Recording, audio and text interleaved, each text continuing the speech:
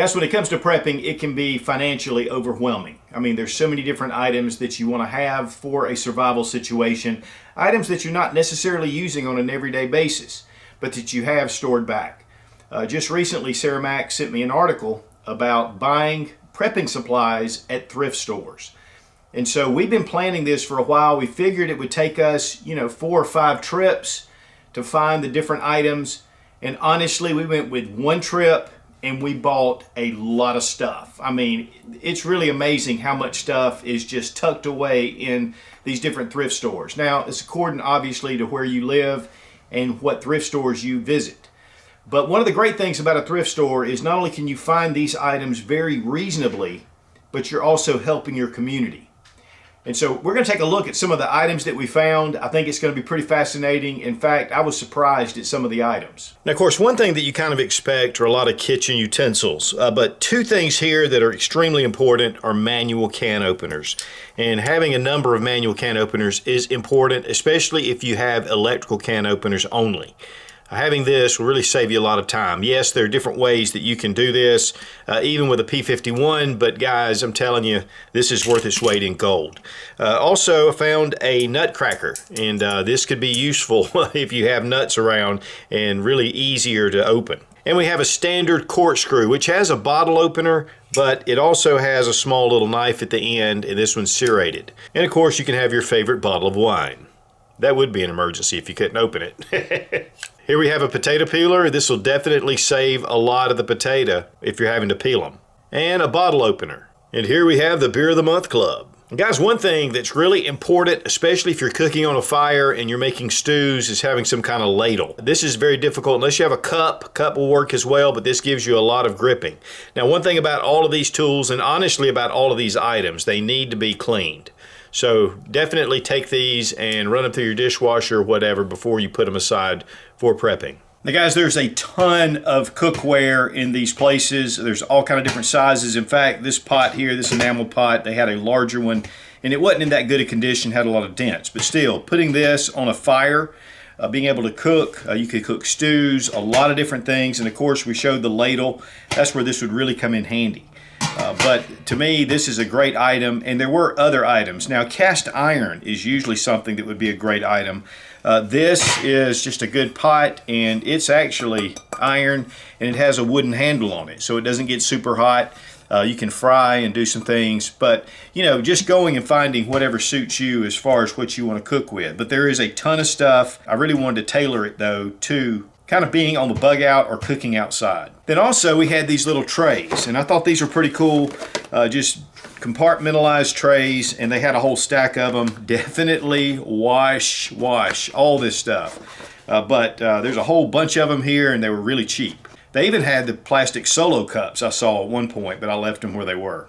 Also found some brand new canning jars, and there was one without a lid, but these are ball and they're good. They have the lids with them. These things are brand new. They've never been used.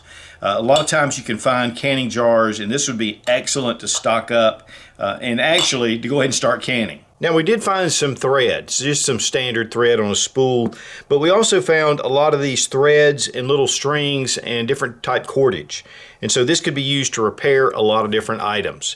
And of course, these ribbons, they're just part of what was in there. But this was in a whole bag, and then we found this separately. We actually found a couple of flashlights. We have one of the large lantern lights. Now, this takes one of the big batteries, so that's a possibility. That's going to be a problem.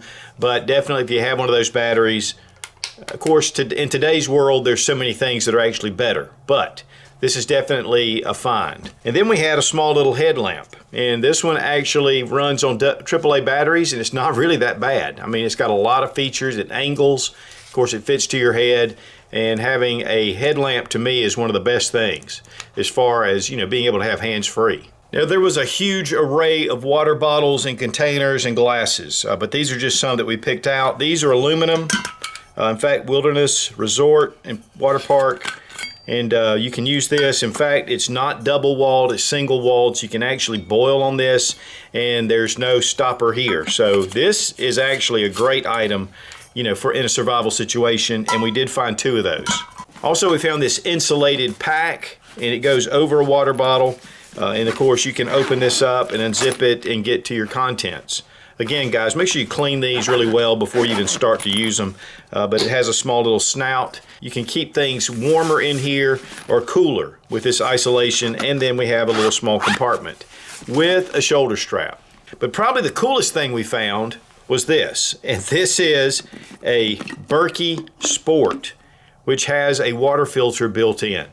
And we found this right there on the shelf, and I was really pleased. I have some of these I use. I really like these for the family because Berkey really makes great products. And it is Sport Berkey. Now, thrift stores are known for a lot of clothing. And of course, you can use that clothing to shield you from the elements, and there's a ton of different stuff. But we really wanted to find kind of more specific things. We did find some safety glasses. The sticker was right here, and I need to clean it off, but they're actually in fairly decent shape. And then also good sturdy shoes. I mean, these are good sturdy solid shoes. And one thing about shoes is they do wear out after time, so it's really good to have a good pair. We did find a pair of boots that were actually pretty decent. They didn't really fit anybody in the family, so we went ahead and left them for somebody else. But I have bought boots in the past at thrift stores. Take a good look at them and typically buy things that have some quality to them. You know, you can buy some really cheap knockoff stuff, but buying good, these are actually pretty decent. And of course, these camouflage shirts, we found 2 of them, and they're just good, in good condition. They have a lot of Velcro on them. They have zippers at the front, and this is excellent to have a little bit of camouflage if you need it.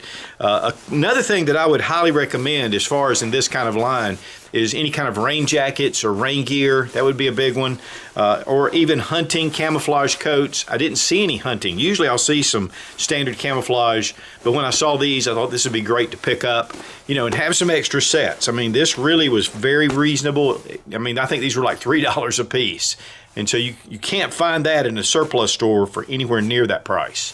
Now, one thing that was a real surprise is this navigational plotter. And you've got all the things you need to be able to get on a map and to be able to plot out a course. I thought this was really cool. I was really shocked to see it in a thrift store. And it has all the instructions right on the back. Guys, candles can be expensive. You can buy the cheap generic candles at Walmart sometimes, but finding really good quality candles, they again can be very expensive. So there were a ton. In fact, we probably got about 1/10 of the candles that are there. So I think that's one of the big finds, is finding a lot of different candles and candle holders. There was a number of those. In fact, we have this glass right here, but there were so many. And then we have just the large candles, and these will burn for a long time. And then, of course, this is a large candle. And then, of course, all the smaller candles. I mean, we had a bunch of these long type candles. They'll burn. Then we had some of the shorter, and they had some tea light. They had a bunch of different types.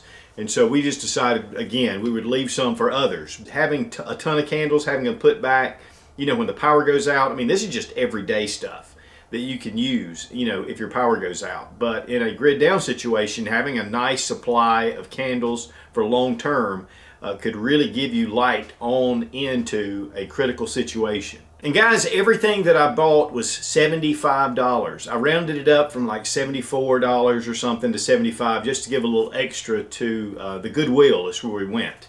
We had another store on up Miracle Hill. We were going to go there. Our plan was to go there and see what they had. But after we had this haul, we decided this was plenty. Now, there's a lot of other things that you can find. Tools, which honestly, they didn't really have many tools there. But they did have a toolbox, but different type tools, blankets, wool blankets, heavy coats, again, rain gear, boots, and you can also buy games to put together, you know, as far as entertainment. So guys, whatever you can think of, next time you're in a thrift store, look around. You'll be surprised at what you can find. And again, $75 for everything that I've already shown. I mean, to me, that was fantastic.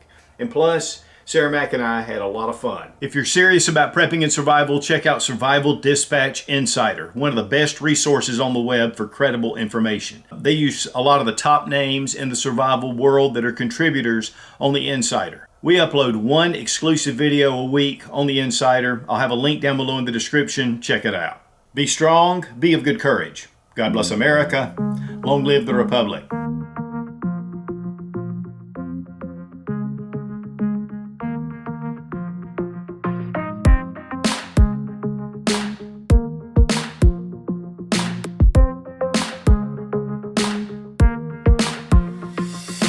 And this one's the micro beer. Boo of the Month Club. One thing that really surprised me was inside this container was this Olight M20. Another interesting find that we found was inside this flashlight. It was a Microtech. Probably the most interesting find of the day was this Smith & Wesson Model 10 for 89 cents. Okay, maybe not. Hey guys, I have to admit, this is my favorite part. It's like I'm in a secret group or something. The guns in the back are not included.